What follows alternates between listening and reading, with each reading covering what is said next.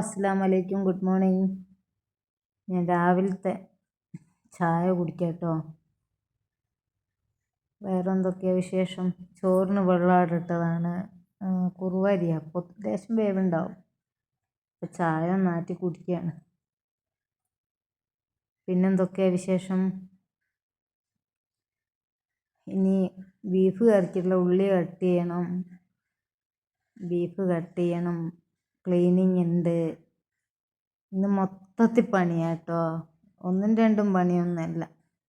ഇനി ചായ കുടിക്കട്ടോ. ചായക്ക് നല്ല ചൂടാ. വേറെന്തൊക്കെയാ വിശേഷം? സുഖമാണോ? വേറെന്തൊക്കെയാ? ഞാൻ പുറത്താരാ വന്നെന്ന് പോയി നോക്കിയതാട്ടോ. ആരെങ്കിലും ഇതെൻ്റെ കിച്ചണാട്ടോ. വലിയൊരു കിച്ചണല്ല, ഒരൊത്ത കിച്ചണാട്ടോ. വലിയ വലിപ്പമൊന്നുമില്ല എൻ്റെ കിച്ചണ്. വലിയ കിച്ചണായിരുന്നു. അപ്പം പിന്നെ കിച്ചണ് ഹാളു ആക്കി, സ്റ്റോറ് പോക്കി ഹാളാക്കി. അങ്ങനെ തിരിച്ചപ്പം കിച്ചൺ ചെറുതായിപ്പോയി. പിന്നെ വെജിറ്റബിൾസ് എല്ലാം ഹസ്ബൻഡ് കൊണ്ടുപോയി വെച്ചിട്ടുണ്ട്. അതെല്ലാം കട്ട് ചെയ്യണം. അപ്പോൾ ആദ്യം വിചാരിച്ചു പയറും ക്യാരറ്റെല്ലാം ഇട്ടിട്ട് ഒരു തോരൻ വയ്ക്കാം. പിന്നെ ഇല തോരൻ വെച്ചാലാട്ടോ ഒന്നും കൂടി ഇഷ്ടം ഹസ്ബൻഡിന്. അപ്പം ഇതെല്ലാം മാറ്റി വെച്ച് ഇല തോരൻ വെക്കാമെന്ന് വിചാരിച്ചു. പച്ച ചീര.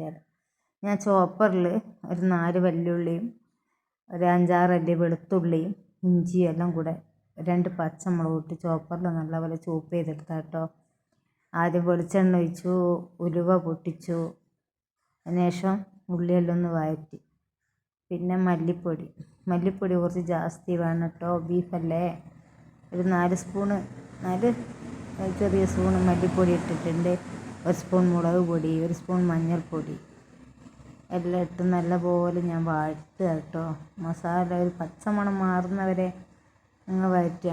ഞാൻ എല്ലാതരം ബീഫ് കറി ഞാൻ ഇട്ടിട്ടുണ്ട്. ഇത് ഞാൻ രാവിലെ തൊട്ട് വൈകിട്ട് വരെയുള്ളൊരു എൻ്റെ ഒരു ദിവസത്തെ ജോലിയാട്ടോ ഞാൻ കാണിക്കുന്നത്. ഇത് ഗരം മസാലപ്പൊടിയാട്ടോ ഇട്ടത്. ഇത് ഞാൻ തന്നെ പൊടിച്ച് വെച്ചതാണ്. പിന്നെ അതും കൂടി ഒന്ന് വഴറ്റി കൊടുത്തു. അപ്പം നല്ലോണം ഒന്ന് മാളിക്കഴിഞ്ഞാൽ കറിക്ക് നല്ല ടേസ്റ്റ് ആയിരിക്കും. പിന്നെ തക്കാളി ഞാൻ ചോപ്പറിലിട്ട് അതും ചോപ്പ് ചെയ്താട്ടോ. കുറേ പണിയുള്ള ദിവസം നമുക്കത് പെട്ടെന്ന് തീർക്കാനല്ലേ നോക്കുക. അപ്പോൾ അങ്ങനത്തെ ഒരു ചോപ്പറെല്ലാം വാങ്ങി വെച്ചിട്ടുണ്ട്, പെട്ടെന്ന് കഴിയും. അതെല്ലാം നല്ലോണം അങ്ങ് ചോപ്പ് ചെയ്ത് കിട്ടുകയും ചെയ്യും കേട്ടോ. കാബേജായാലും ക്യാരറ്റായാലും ഒക്കെ. ഞാൻ മീഷോന്ന് മേടിച്ചായിരുന്നു. ഒന്ന് കേടായി, ഒന്ന് കേടായിട്ടില്ല. ഓഫർ ഉണ്ടായിരുന്നു, 2 ഉണ്ട്. ഒരു ചെറുതും വലുതൊന്നും ആയിട്ടില്ല. ഒന്ന് കേടായതിൻ്റെ ശേഷം ഞാൻ വലുതെടുത്തതാണേ. ചില പ്രോഡക്റ്റ് പെട്ടെന്ന് കേടായി വരും. അങ്ങനെ അതെല്ലാം കൂടി ഞാൻ വഴറ്റിയതാണ്. വേറെന്തൊക്കെയാണ് വിശേഷം? അത് കുരുമുളക് പൊടിയാട്ടോ. കാരണം 2 പച്ചമുളകാണ് ചേർത്തത്. പിന്നെ 1 സ്പൂൺ മുളക് പൊടിയാണ് ചേർത്തിട്ടുള്ളൂ. 1 കിലോ വരെ ബീഫുണ്ട്. അപ്പോൾ എരിവ് പിടിച്ചിട്ടില്ലെങ്കിൽ ബീഫ് കറിക്ക് ഒരു ടേസ്റ്റും ഉണ്ടാവില്ലല്ലോ. എരിവ് വേണമല്ലോ. എല്ലാവർക്കും എങ്ങനെയാണെന്നറിയില്ല. ആവശ്യത്തിനുള്ള ഉപ്പും ചേർത്താട്ടോ. ഇവിടെ നല്ല മഴ കേട്ടോ. സൗണ്ട് ഉണ്ടാകുമോയെന്നൊന്നും അറിയില്ല. നല്ലോണം മഴ പെയ്യുന്നുണ്ട്. ഇന്ന് രാവിലെ തൊട്ട് മഴ തന്നെയാണ്. പിന്നെ ഇതാ ഞാൻ കഴുകാൻ കൊണ്ടുവച്ചതാട്ടോ പാത്രങ്ങളൊക്കെ. എല്ലാം കഴുകാൻ, അത് വേസ്റ്റ് ഇടാൻ ഞാനൊരു ബക്കറ്റ് ഇങ്ങനെ വെക്കും. എന്നിട്ട് പുറത്ത് കമ്പോസ്റ്റ് കൊണ്ടുവച്ചിട്ട് ഇടുക ചെയ്യുക. വേറെന്തൊക്കെയാണ് വിശേഷം? നമുക്ക് ഇങ്ങനെ ജോലി ഉണ്ടാവുമല്ലോ. ഒന്ന് കഴിഞ്ഞ് എപ്പോഴും ജോലിയായിരിക്കും. ഒരു ജോലിയായിട്ടല്ല, എല്ലാ ജോലിയും ഉണ്ടാവും. രാവിലെ ഒരു 6 മണിക്ക് എണീച്ചാൽ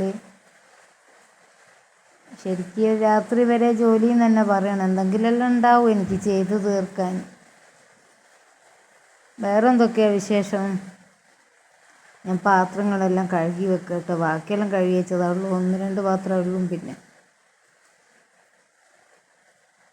വേറെന്തല്ല, എല്ലാവർക്കും സുഖം തന്നെയല്ലേ? എല്ലാവരും സേഫായിട്ടിരിക്കുന്നില്ലേ? പിന്നെ ഇവിടെല്ലാം ഒത്തിരി നായ്ക്കളെ ശല്യമുണ്ട്. എല്ലാവരും ശ്രദ്ധിക്കണം കേട്ടോ. കുട്ടികളെല്ലാം കടിക്കുന്നത് നല്ലോണം ശ്രദ്ധിച്ചോളൂ.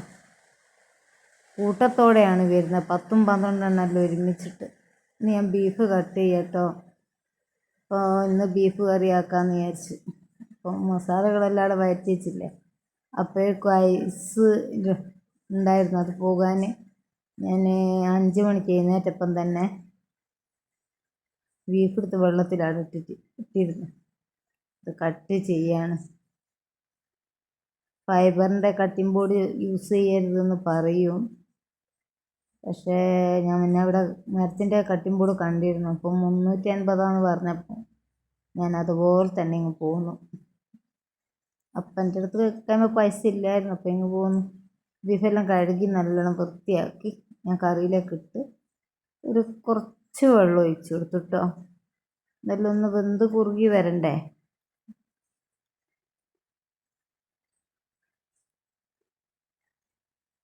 നിങ്ങളെല്ലാം ഇങ്ങനെയാണോ ബീഫ് കറി? ഞാനിതൊരു നാടൻ രീതിയിലാണ് കേട്ടോ വെച്ചത്. ഇതിൽ തേങ്ങയൊന്നും ഞാൻ ചേർത്തിട്ടില്ല, ഒന്നും ചേർത്തിട്ടില്ല. തേങ്ങ വറുത്തരച്ചിട്ടില്ല. അപ്പാട് മല്ലിയും മുളകും വറുത്തിട്ട് വെക്കാമെന്ന് വിചാരിച്ചു.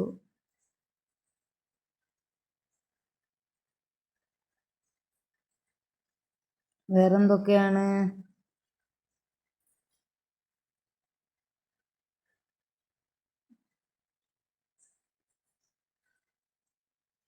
അത് സർവ്വസുഗന്ധീൻ്റെ ഇലയാട്ടോ. അത് ഇവിടുത്തെ മുറ്റത്ത് വലിയൊരു മരമായി കിടപ്പുണ്ട്, ഞാനത് കാണിച്ചു തരുന്നുണ്ട്. അതും കറിവേപ്പിലാണ്. അത് കറിയിലേക്കിട്ട് ഇങ്ങനെ ചിക്കൻ കറിയും കടലക്കറിയിലിട്ടാൽ നല്ല ടേസ്റ്റാണ്. ഇനി ചീര ഇല തോരൻ വയ്ക്കണം. അത് തോരൻ വയ്ക്കാൻ ഒന്ന് വാട്ടി വെച്ചിട്ടുണ്ട്. ഇനി ചപ്പാത്തി ചുടണം. ചപ്പാത്തി കുഴച്ച് വെച്ചിരുന്നു കേട്ടോ. അപ്പം എൻ്റെ ഒരുവിധം ജോലിയെല്ലാം തീർന്നപ്പോൾ ചപ്പാത്തി ചുട്ടെടുക്കുകയാണ്. ഞാൻ ചപ്പാത്തി ചുടുമ്പോൾ കുറച്ച് ചൂടുവെള്ളം ഒഴിക്കും കേട്ടോ, അപ്പോൾ ഒന്നും കൂടെ നല്ല സോഫ്റ്റായിരിക്കും. ഇനി എനിക്ക് അരി പൊടിപ്പിക്കാനുണ്ട്. പത്തിരി, കൊഴക്കട്ട, അടയില്ലേ, ഇല അട, ഇതൊക്കെ എളുപ്പത്തിൽ ചുട്ടെടുക്കാം. പച്ചവെള്ളത്തിൽ തന്നെ ഉപ്പിട്ട് കുഴച്ചാൽ മതി കേട്ടോ. ഞാനിതിപ്പോൾ ഒരു 6 കിലോ വരെ ഞാൻ പൊടിപ്പിക്കുന്നുണ്ട്.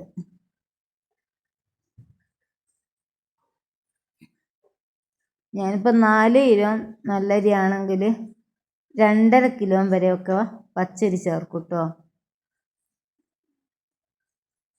നമ്മൾ നല്ല അരി എടുക്കുന്നതിനെ കാട്ടിയും അതിൽ കുറച്ചിട്ട് വേണം പച്ചരി എടുക്കാൻ, എല്ലാം ഉറപ്പായി പോകും പത്തിരിക്ക്. എന്നിട്ട് നല്ലോണം കഴുകി വൃത്തിയാക്കി ഊറ്റി വെച്ചതാണ് കേട്ടോ. ഇനി ക്ലീനിങ്ങിലാണ്.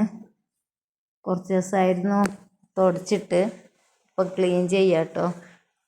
സ്മാർട്ട് മോപ്പാണ്, അതാകുമ്പോൾ പിന്നെ നമുക്കൊരു പ്രശ്നമില്ലല്ലോ, പെട്ടെന്ന് കഴിയുമല്ലോ. എനിക്കൊരു പ്രശ്നമുണ്ട്, കൈ കൊണ്ട് പിഴിയാൻ പറ്റൂല. ഞാൻ ബെൽറ്റ് ഇട്ടത് അതാണ്, കൈക്ക് ഭയങ്കര വേദനയാണ്. ഇങ്ങനെ ചെയ്യുമ്പോൾ പ്രശ്നമില്ല. ഈ തുണിയൊന്നും ഇങ്ങനെ പിഴിഞ്ഞാറിയിടരുതെന്ന് പറഞ്ഞിരുന്നു. അപ്പോൾ അങ്ങനെ ചെയ്യാണ്. ചപ്പാത്തിയായി, ബീഫ് കറിയായി, ക്ലീനിങ്ങും കഴിഞ്ഞ്, തോരനായി, എല്ലാ പണിയും റെഡിയായിട്ടോ. എൻ്റെ ചാനൽ എല്ലാവരും ഇഷ്ടപ്പെടുകയാണെങ്കിൽ ലൈക്ക് ചെയ്യണം.